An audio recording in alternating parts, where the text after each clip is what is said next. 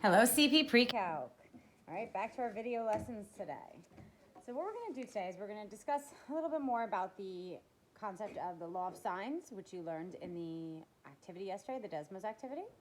So before we get started, I just want to do a little review. Now, right here we have a right triangle. We're all familiar with our right triangles, and we're all familiar with the Pythagorean theorem. And in that Pythagorean theorem, we know that the sum of the two legs squared is equivalent to the hypotenuse squared.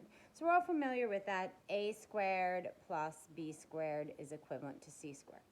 And that helps us out if we know two sides of our right triangle, we're able to calculate the third side. Now this only works in right triangles. So we cannot use the Pythagorean theorem if we have an acute or obtuse triangle. It would not work. Now what if we want to find missing side or angles of triangles that aren't right triangles? We need to look at a different strategy. And the strategies that we're going to look at in this section are going to be the law of sines and then later the law of cosines. All right, guys? And they're going to help us out. They're going to help us calculate side lengths and angles of non-right triangles, meaning we're looking at acute triangles and obtuse triangles. So now let's go back to geometry. I know some of you are not as big of fans as others, but what were the different type of angle-side combinations for proving triangles congruent? Now if you go back to geometry, we had a couple. We had angle, angle, side. We had angle, side, angle. We had side, side, side, and we also had side, angle, side.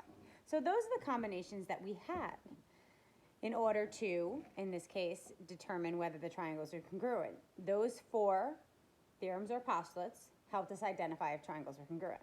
Now, which angle-side combination did not work for proving triangles are congruent? Now, the one that we learned did not work was side, side, angle. All right? This one had restrictions. It did not always work. All right? So because it did not always work, we know having a side, side, and angle is not enough information to determine if the triangle is congruent. So, noting the angle sides we are given will help us solve triangles. This is our law of cosines, which you glimpsed at yesterday when we were looking at our Desmo activity. Now, what is our law of cosines? Now, what it says is the proportion of little a is the side. Now, the one thing I want to emphasize is when you look at the law of sines, what we want to emphasize is that little a, the side length a, will always be across from angle A. Little b, the side length b, will always be across from angle b. Little c, the side length c, will always be across from angle c.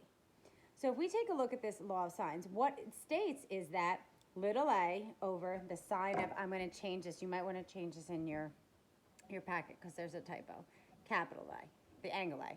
Little a over sine of A equals little b over sine of B, which is equal to little c over sine of big C. Where A, B, and C here are your angles, A, B, and C, and A, B, and C on top are your side lengths. Now that means that these are always proportional, all right? So these three proportions will help us find missing angle length measures and missing side lengths of our triangles. So can we use, this can be used to solve triangles where we know, now these are the three things we're looking at. We're given two angles and a side, so it could be either combination. If I'm giving any two angles and any side, meaning I can have an angle, angle, side, or an angle, side, angle. It can also be used with SSA, which is here. But this one we have to be careful, because in this case, we could have one triangle, no triangles, or two triangles. And that's the one we have to be careful. That is our special case, and we're going to call that the ambiguous case.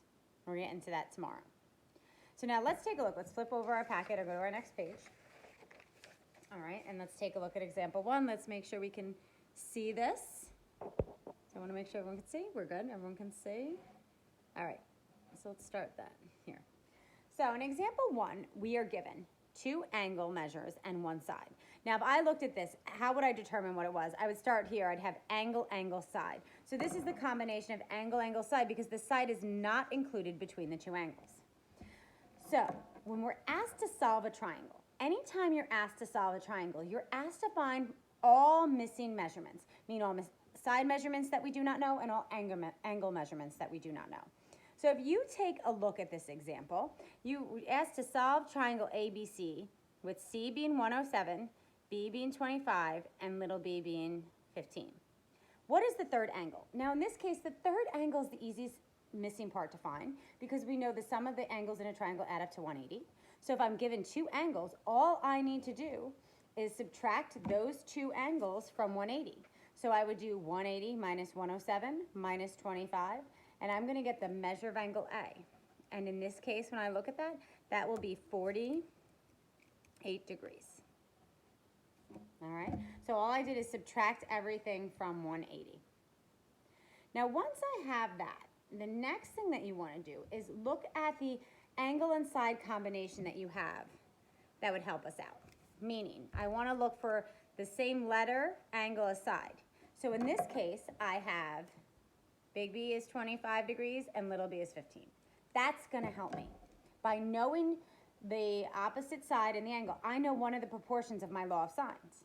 So if I take a look at that, now when we looked at that law of sines right here, I have it in.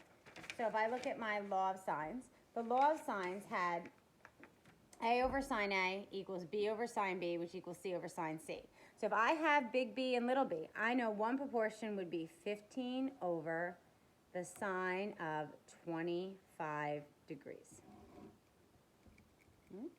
Now I can use that to find any of the other sides. So I'm just going to pick one.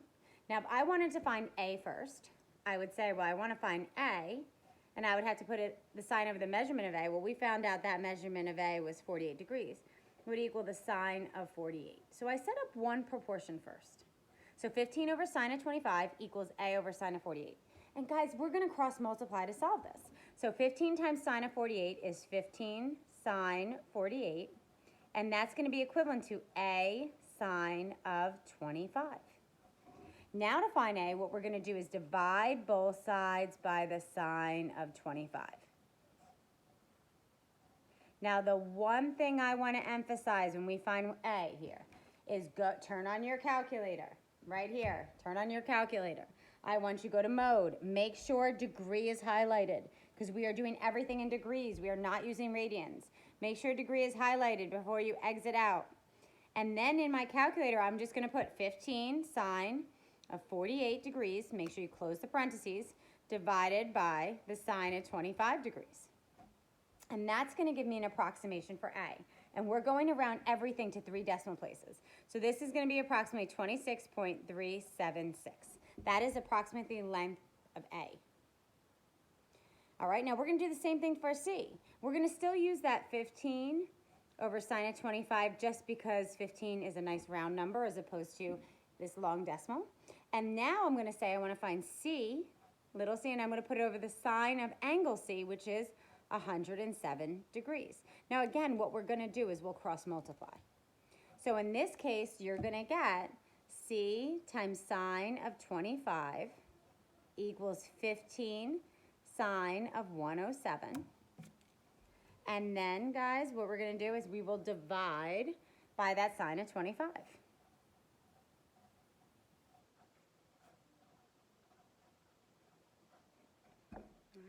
Now, when we do that, now we can find out what C is. So in my calculator, I'm going to do 15 sine of 107 divided by sine of 25. And when I look at that, I'm going to get C to be approximately 33.942. All right? So now, guys, I know I found everything. So I had 3 missing parts. I was missing my angle A. Now I have side length A, and I have side length C. So now I have all the missing parts of my triangle. So in these problems, you're going to be given 3 measurements, and you're going to have to find 3 measurements. So I always like to do a check at the end. I have 3. I found my A, my C, and my angle A, and I'm done. All right? Now the only difference here with example 2 is you're given 2 angles and an included side. So that means that side is right between those 2 angles. So this is going to be an example of angle, side, angle. Now again, if you're given 2 angles, you can easily find that third angle by subtracting the 2 that were given from 180.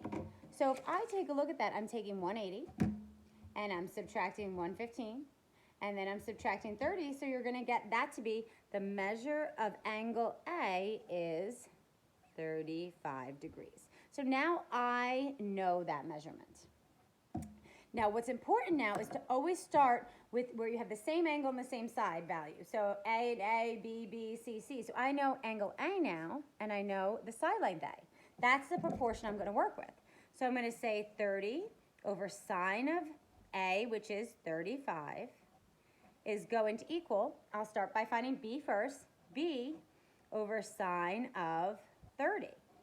So guys, let's cross multiply. So if you cross multiply, you're getting 30 sine of 30 equals B times sine of 35. Now let's divide by that sine of 35, guys. So B is going to be approximately, let's take a look at that. What is B going to be approximately? Again, we know we're on degrees. And my answer will be 26.152 approximately. All right. So now the next thing we're going to do is we are going to now work with finding C. So I have C, and I'm going to put it over, this time, sine of 115. And I'm going to set it equal to what I know, which is A is 30 over sine of 35. Now I cross multiply, I get C times sine of 35 equals 30 times sine of 115. And then I'm going to divide by that sine of 35.